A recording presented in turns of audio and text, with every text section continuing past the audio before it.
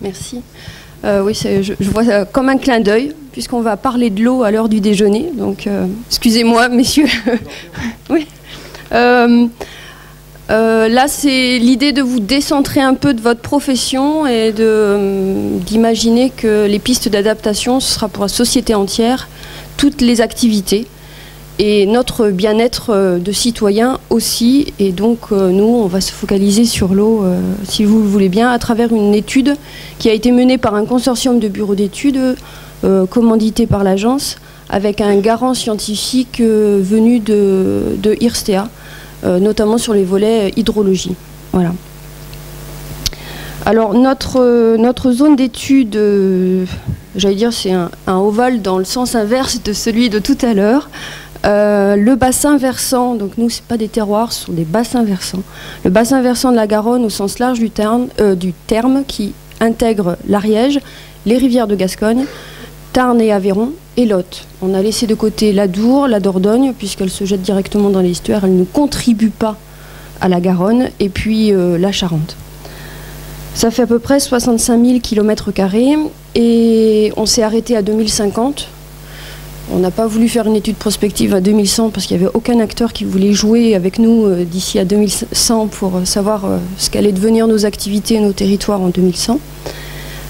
Par contre, on a souhaité faire 2050 et pas 2030 pour permettre des ruptures dans nos activités, nos modes de vie, pour trouver des solutions donc, qui ne sont pas des adaptations à moyen terme, à court terme et moyen terme, mais des vraies adaptations à long terme.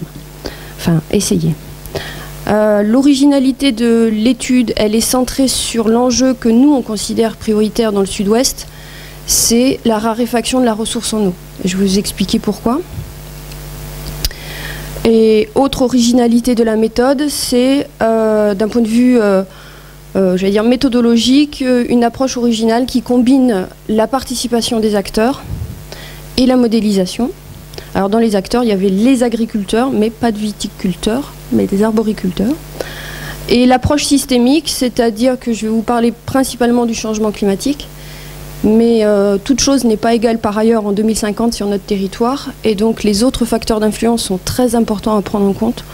L'évolution démographique, nous sommes sur un territoire extrêmement attractif, 2 fois plus en pourcentage que la moyenne nationale dans le sud-ouest. La problématique énergétique, parce que 2050, ce sera après l'usage de l'énergie fossile. Et l'agriculture, donc notamment pour le sud-ouest, une grande proportion d'agriculture irriguée par rapport aux autres territoires nationaux. La méthode, 2 ans et demi d'études. Et toute étude prospective commence par une phase de diagnostic, voire de rétrospective. Donc c'est ce qu'on a commencé par faire ça, et là je vais vous parler, donc on l'a fait sur tous les facteurs d'influence, mais je vais vous parler surtout aujourd'hui de celui qui nous concerne le plus, le changement climatique. Donc les hypothèses de départ, le changement climatique dans le sud-ouest est déjà en cours. Donc pour ceux qui en doutaient, nous avons des chiffres, et on va vous donc redire ce que Nathalie a dit en termes de perspective sur 2050, une augmentation comprise en moyenne entre 1,5 et 2,8 degrés par an, donc, sur une année entière, ce qui est énorme en termes d'adaptation de la végétation, qu'elle soit naturelle ou cultivée, ce qui est énorme en termes d'adaptation des êtres humains qui vivent sur le territoire. Donc nous, on l'a déjà testé, alors 1960-2010, parce qu'en effet, il y a de la variabilité interannuelle. Donc quand on parle de changement du climat, on ne parle pas de météo, on parle de climat, et donc on s'attache à des longues séries. Donc là, vous avez tous les bassins versants de notre agence, la Garonne, la Charente, la façade littorale, l'Adour, la Dordogne et le Lot. Systématiquement, les températures moyennes sont en augmentation sur tous les territoires, et de façon significative avec un test statistique adapté. On peut vous dire que l'augmentation de la température a déjà eu lieu en 40 ans, une moyenne de plus de 1 degré sur les 50 dernières années. Donc c'est déjà mouvant, c'est déjà changeant, et ça va s'accentuer. Vous avez ici donc 2 cartes issues du portail Drias Climat, qui est un portail de mise à disposition de l'information par Météo France. Donc en haut, vous avez la situation de référence, le climat, on va dire, d'aujourd'hui, hein, basé sur des données 70-90 au minimum. Et en bas à droite, le scénario intermédiaire du GIEC, avant le dernier rapport, donc le A1B, un doux nom pour dire ni trop optimiste ni trop pessimiste en termes d'adaptation. Je pense qu'il est dépassé en termes d'optimisme, en termes d'atténuation, on va dire, puisque au niveau global, je pense que vous n'êtes pas sans savoir qu'on ne fait pas grand-chose en termes de politique pour atténuer le phénomène. Donc, dans le sud-ouest, à cette échéance-là, 2050, pas 2100, on voit une augmentation moyenne des températures, avec ce qu'on appelle, nous, une méditerranéisation du phénomène, c'est-à-dire que le changement climatique sur notre bassin du sud-ouest va arriver du sud-est pour aller jusqu'à la façade atlantique, au moins sur le volet température, parce que là, je ne vous parle que des températures. Donc, ce qu'on nous annonce pour les 40 prochaines années, c'est une augmentation moyenne comprise donc entre 1,5 et 2,8 en termes de température. Pour nous, sur le volet hydrologie, ce qui est très important, c'est ce schéma général. Donc les précipitations sont annoncées en baisse, mais avec une grosse variabilité des résultats parce que les modèles climatiques sont très peu précis sur les précipitations. Et vous le savez sûrement, notamment l'été, en fait, à 5 km près, il pleut ou il pleut pas. Donc c'est quand même très difficile en 2050 d'imaginer sur le sud-ouest en entier le niveau des précipitations. Sur notre bassin, de manière générale, on nous annonce entre du 0% de différence sur l'année. Ça ne veut pas dire non plus que le régime des précipitations va rester constant, jusqu'à moins 15%. Voilà.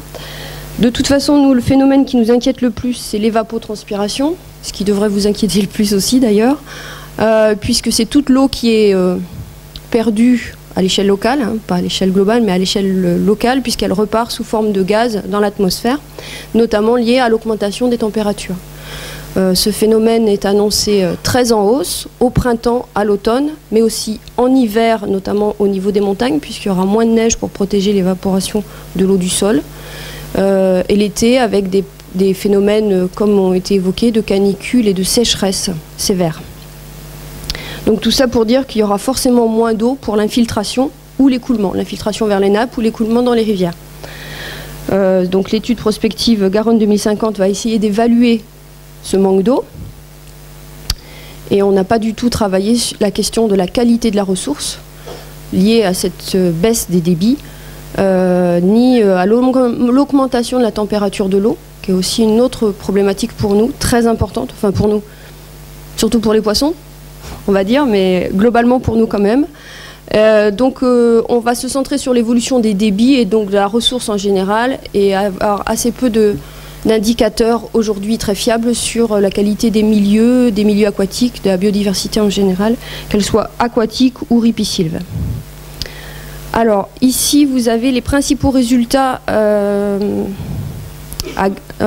la Garonne à Tonins, qui est un peu pour nous un point à l'aval du bassin avant de rentrer dans l'estuaire, on va dire.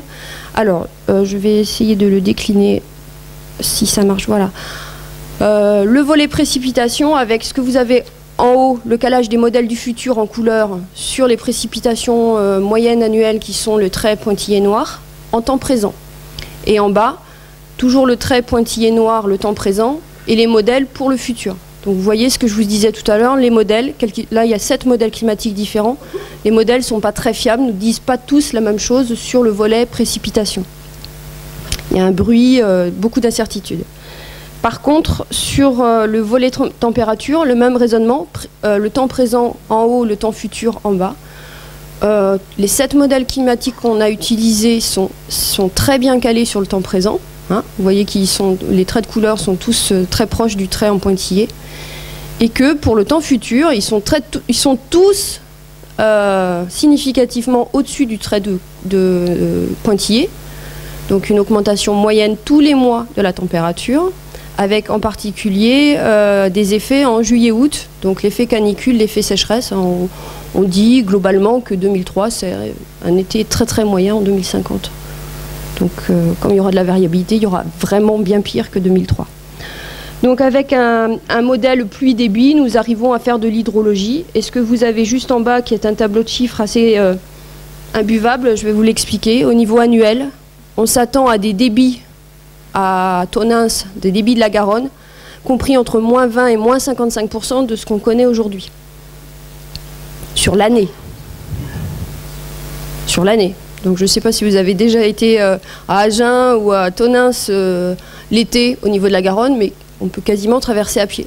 C'est moins 20 ou moins 50% de ce qui reste, auquel il faut s'attendre en 2050. Avec donc une période pour nous très importante qui est l'étiage, la période des basses eaux, l'été, qui normalement commence de juin à fin septembre et qui, à l'avenir, commencera dès le mois de mai, puisqu'il n'y aura plus de fonte des neiges, puisqu'il y aura beaucoup moins de neige dans les Pyrénées, au Massif central. Donc une période de basses eaux qui va commencer plus tôt, qui va être plus intense en été, et qui va s'attarder aussi plus tard sur la saison septembre-octobre, hein, puisqu'en fait il va repleuvoir de façon significative que très tardivement dans l'hiver en fait. Cette tendance est donc en accentuation entre l'amont et l'aval, c'est-à-dire que l'Ariège dans ces cas-là est quand même un tout petit peu plus favorisé que la Gironde. Donc que ces rivières de montagne vont connaître une évolution, ce qu'on appelle d'un régime nival à un régime pluvial, c'est-à-dire que comme il y aura beaucoup moins de neige, château d'eau, Pyrénées ou Massif central, eh bien le signal neige va se transformer l'hiver en signal pluie, donc avec directement des augmentations de débit en hiver, type crue, et à l'inverse des grosses périodes de sécheresse avec des étiages très sévères en été. Voilà, et ça, je vous présente la Garonne à Tonneins, mais j'ai à peu près des simulations pour toutes les rivières du sud-ouest, et c'est significatif pour toutes les rivières du sud-ouest. Et le ministère en charge du développement durable nous dit même que nous sommes la région la plus impactée au niveau du changement climatique. Voilà, vous êtes toujours avec moi? Bon, voyez où je veux en venir. Alors, au niveau démographie, on attend 1 million d'habitants de plus sur la zone d'études d'ici à 2050. Au niveau énergie, je vous passe les hypothèses qu'on a fait. Les prélèvements nets industriels, qu'on a considérés plutôt comme négligeables vu les incertitudes sur les autres aspects. Et au niveau agricole, nous sommes partis d'hypothèses assez conventionnelles, sans changement d'assolement de façon drastique, c'est-à-dire pas de cactus, pas d'olivier, pas d'aloe vera. On aurait pu imaginer des plantes de ce type-là. On est resté sur un assolement assez classique, avec pas d'irrigation pour la vigne. On s'est posé la question, on ne l'a pas pris en compte. Il faut savoir que l'agriculture nous pose le plus de problèmes. Pourquoi? Parce que figurez-vous que vous prélevez de l'eau l'été quand il y a le moins de ressources possible. Donc c'est quand même, si on prélevait de l'eau d'irrigation pour l'hiver, ça nous poserait finalement assez peu de problèmes. Mais comme la plante en a besoin l'été, c'est quand même un gros problème. Donc l'État a mis en place une réforme qui s'appelle la réforme des volumes prélevables. Et à l'échéance 2021, puisque cette réforme a eu un tout petit peu de mal à se mettre en place du fait de manifestations agricoles, on a un délai pour arriver à équilibrer besoins et ressources sur notre territoire d'ici à 2021. Et donc on va considérer que le volume prélevable par l'agriculture, quelles que soient les cultures, sera sur cette zone d'étude de 400 millions de mètres cubes. Donc en fait, finalement, la profession aura un quota à gérer. Et avec ce quota, il sera assuré. Parce qu'on a fait nos calculs en disant que si on a 400, alors on équilibre besoins et ressources avec les autres usages, sachant que l'AEP, l'adduction d'eau potable, est prioritaire. On a fait quelques simulations qui fait qu'on arrive à économiser 10 millions de mètres cubes si on change totalement l'assolement. Enfin, si on change l'assolement, c'est-à-dire si on réduit de 30% les cultures d'été en cultures d'hiver qui, en 2050, pour le blé ou le colza, pourraient avoir besoin d'irrigation en fin de cycle, donc mai-juin. Quand je vous dis que c'est tendu sur le bassin, là vous avez l'image du bassin Adour-Garonne en entier, avec les zones bleues qui sont en zone aujourd'hui en équilibre, les zones jaunes avec un déséquilibre, les zones rouges avec un très gros déséquilibre, et des points pour dire qu'il y a du déséquilibre très partiel à certains endroits. Donc ça, c'est pour vous expliquer la réforme des volumes prélevables. Donc d'ici à 2021, il faudrait construire 25 millions de mètres cubes de réserve pour équilibrer besoins et ressources et gommer toutes ces zones rouges, voire jaunes. En face de ces besoins en eau, nous avons calculé nos ressources disponibles. Donc à la fois au niveau actuel sur l'ensemble du bassin, donc oui, il pleut pas mal sur le sud-ouest, mais 60% est parti déjà en évapotranspiration, hein, donc il ne reste que des pluies efficaces de l'ordre de 35 milliards de mètres cubes, que les volumes à l'heure actuelle stockés sur le bassin sont de l'ordre de 3 milliards et demi, hein, donc, et qu'en 25 ans, avec 140 millions d'euros d'aide de l'agence, on a construit 380 millions de mètres cubes de réserve, et que les 10 dernières années voient le rythme de création de ressources diminuer pour des questions d'économie, pour des questions d'acceptabilité sociale surtout. En fait, il est de plus en plus difficile de trouver des sites pour construire des réserves. Donc on a fait la même chose sur la zone d'études. Et on est arrivé à une... Bon, je vous passe les détails de l'histoire participative avec des scénarios caricaturaux que personne ne voulait. Mais qui ont fait débat, et on est arrivé à une phase finale de l'étude sur les deux facteurs qui ont le plus d'influence. Le premier, c'est une question qui me concerne, quel débit minimum on veut dans les rivières l'été. Donc c'est une question qui concerne tout le monde en termes de citoyens, mais surtout l'agence de l'eau qui est en charge de la préservation des milieux aquatiques. Et puis une question qui vous concerne, quel volume on attribue à l'agriculture, quel que soit l'usage agricole après. Du coup, on a fait des simulations. Et là, je vous présente seulement, on va dire, les 3 scénarios les plus significatifs en fonction du niveau de compensation qu'on voudrait par rapport à l'évolution des débits naturels que je vous ai présentés, hein, les moins 20, moins 50%. C'est-à-dire un scénario du laisser-faire, c'est la nature, c'est l'évolution de la nature, même si le changement climatique est anthropique, on laisse faire et donc on accepte des débits réduit de 50% l'été par rapport à ce qu'on connaît aujourd'hui. Dans ces cas-là, il faut 75 millions de mètres cubes en moyenne de création de ressources, puisqu'on est déjà, vous l'avez vu sur la carte, en zone déficitaire, hein, en zone de déséquilibre aujourd'hui. Donc avec un climat qui se réchauffe, on sera encore plus en déficit, donc il nous faudrait 75 millions, ou plus exactement, quelque chose compris entre 25 et 160 millions de mètres cubes, puisque c'est une étude prospective avec beaucoup d'incertitudes, et on s'attache à cette fourchette.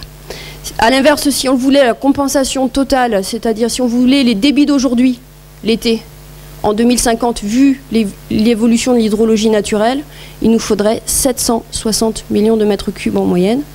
Enfin, retenez surtout un facteur x10 par rapport au déficit du laisser-faire de la nature.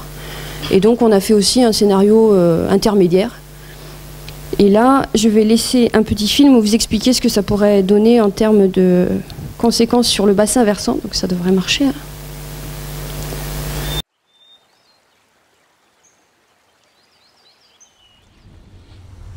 Le changement climatique entraîne pour 2050 une baisse des débits naturels d'étiage de l'ordre de 50%.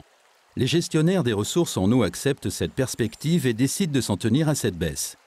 Ils créent 75 millions de mètres cubes de nouvelles réserves pour combler le déficit historique et assurer ce débit minimum 8 années sur 10. Le soutien des étiages se fait par ailleurs grâce à 120 millions de mètres cubes issus de réserves hydroélectriques existantes en amont. L'agriculture, ne pouvant pas prélever plus que les 400 millions de mètres cubes attribués en 2021 par la réforme des volumes prélevables, réduit les surfaces irriguées de 15%, soit 35 000 hectares, et implante en période estivale des cultures moins gourmandes en eau. Les usagers domestiques économisent l'eau et les gestionnaires limitent les fuites des réseaux d'eau potable, compensant l'augmentation de la demande due à la hausse de la population. Ce choix sécurise en partie l'industrie et l'agriculture, mais entraîne des risques sanitaires pour l'eau potable malgré des surcoûts importants en matière d'assainissement et de potabilisation de l'eau. Les principales conséquences socio-économiques sont, au-delà du financement des réserves en eau et du coût des soutiens d'étiage, des pertes limitées pour l'agriculture et une très forte baisse des activités nautiques et de la pêche. Au niveau environnemental, le bouchon vaseux de l'estuaire se renforce et la vie aquatique devient précaire. Disparition des poissons migrateurs et des zones humides, bouleversement de la végétation des berges et des paysages de bord de cours d'eau, non-dilution des polluants, augmentation des températures, baisse de la disponibilité en oxygène.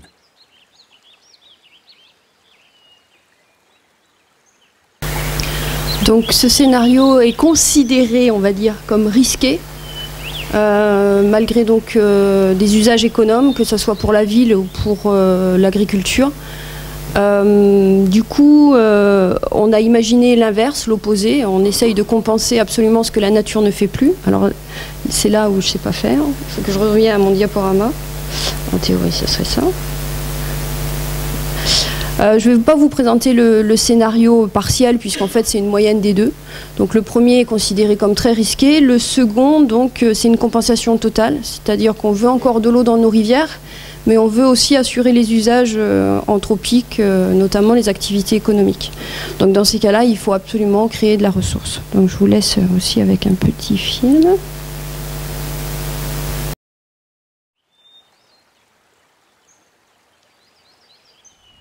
Face à la perspective d'un manque d'eau chronique, la prise de conscience est vive. En 2050, pour compenser intégralement l'incidence du changement climatique, il faut mobiliser 760 millions de mètres cubes de ressources. On peut compter sur 500 millions de mètres cubes des concessions hydroélectriques pour le soutien d'étiage. En effet, grâce à une forte proportion d'énergie renouvelable intermittente et locale, à des économies de consommation d'énergie et au lissage des demandes électriques de pointe, la ressource n'apparaît plus aussi stratégique pour la production d'électricité en hiver. Cependant, pour ne pas pénaliser la production d'un certain niveau de puissance électrique, 2 stations de transfert d'énergie par pompage sont construites sur le bassin. En complément, un programme ambitieux de création de réserves est nécessaire. Ainsi réalimentée, la Garonne bénéficie d'une compensation qui permet de maintenir en 2050 les débits d'étiage de 2010. En parallèle, les usages deviennent économes. L'agriculture, ne pouvant pas prélever plus qu'en 2021, réduit les surfaces irriguées de 15% et implante en période estivale des cultures moins gourmandes en eau. Les usagers domestiques économisent l'eau et les gestionnaires limitent les fuites des réseaux d'eau potable, ce qui permet de compenser l'augmentation de la demande due à la hausse de la population. D'un point de vue socio-économique, la compensation totale sécurise les activités, mais nécessite de lourds investissements et des dépenses de fonctionnement importantes. La création de réservoirs limite les risques de crues, mais les impacts environnementaux locaux sont importants. Cette compensation totale des débits favorise le bon fonctionnement des milieux aquatiques, limite les effets de l'augmentation des températures et la concentration des polluants. Les zones humides et les migrateurs persistent. Bien que l'évolution des débits soit compensée en moyenne et en période d'étiage, le bouchon vaseux perdure du fait de la diminution de la fréquence et de l'intensité des crues.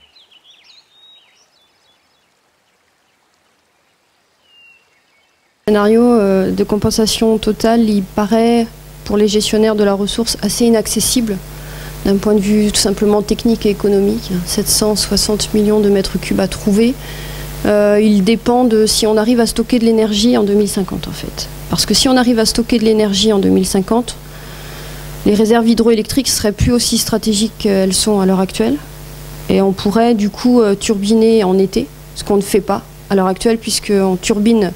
Là aussi, hein, c'est l'inverse de l'agriculture, c'est malin. Ils turbinent l'hiver, et notamment une semaine en février, là où il fait le plus froid en France, parce que c'est là où ils font le plus de... Leur modèle économique est basé sur la production de pointe, puisque c'est la seule forme de stockage d'énergie, c'est l'eau, de stocker de l'eau. Et donc en fait, ils utilisent l'hydroélectricité l'hiver. Donc nous, on voudrait bien qu'on récupère cette eau pour l'été, mais pour l'instant, c'est pas gagné. Donc voilà, je ne vais pas vous faire le scénario intermédiaire. Il est juste intermédiaire en termes de création de ressources, donc aussi intermédiaire en termes d'impact sur les activités. Dans tous les cas, vu l'ampleur du déficit, je pense qu'il sera politiquement incorrect de prévoir plus d'eau pour l'agriculture. C'est juste ce que je voulais vous dire. Et donc les mesures qui vont être importantes à prendre à l'avenir, elles sont sans commune mesure avec ce qu'on a fait dans le passé en termes d'ampleur, que ce soit en termes d'échelle, de rythme ou de combinaison de moyens, si on veut, de l'eau dans les rivières l'été, parce qu'il y a aussi une possibilité de vouloir des ASEC. Et des mesures apparaissent sans regret dès aujourd'hui. Bon, évidemment, faire feu de tout bois en termes d'économie d'eau ou d'efficience de l'eau. Donc un système de goutte à goutte est plus efficient qu'un système par aspersion, par exemple. On peut aussi imaginer d'utiliser des ressources dites non conventionnelles, hein, réutiliser des eaux usées et traitées, faire du dessalement sur la façade atlantique. On peut imaginer donc de créer des nouvelles réserves, mais ce sera limité, de mobiliser les réserves existantes en faisant du conventionnement avec EDF, mais qui, à l'heure actuelle, nous coûte extrêmement cher. Est-ce que les eaux souterraines sont une ressource crédible ? Si elles sont alluviales, de toute façon, c'est moins de débit elles sont connectées, hein. Donc c'est des vases communicants, ça fait moins de débit sur la rivière. Si elles sont très profondes, il faut imaginer 500 ou 600 mètres de profondeur, donc beaucoup d'énergie pour aller les pomper. En 2050, on ne sait pas si on aura de l'énergie à pas cher. Et de toute façon, ce sont aussi des eaux qui sont centenaires ou millénaires pour certaines. C'est-à-dire si on commence à les pomper pour des usages autres que de l'eau potable pour 2050, ça va être compliqué vu le taux de renouvellement de ces eaux-là. Est-ce que les créations de lacs collinaires sont une solution ? On aurait tendance à dire qu'en zone déficitaire, si l'eau est retenue dans les lacs collinaires, elle n'arrivera pas jusqu'à la rivière. Donc c'est une vraie fausse bonne solution, on va dire. Par contre, l'idée de stocker, en plus du carbone, de stocker de l'eau dans les sols et de revenir à une agronomie liée à la matière organique, on n'a pas d'évaluation très précise, mais on espère qu'on ait des réponses significatives dans ce domaine-là. Voilà, j'en ai fini pour ma présentation.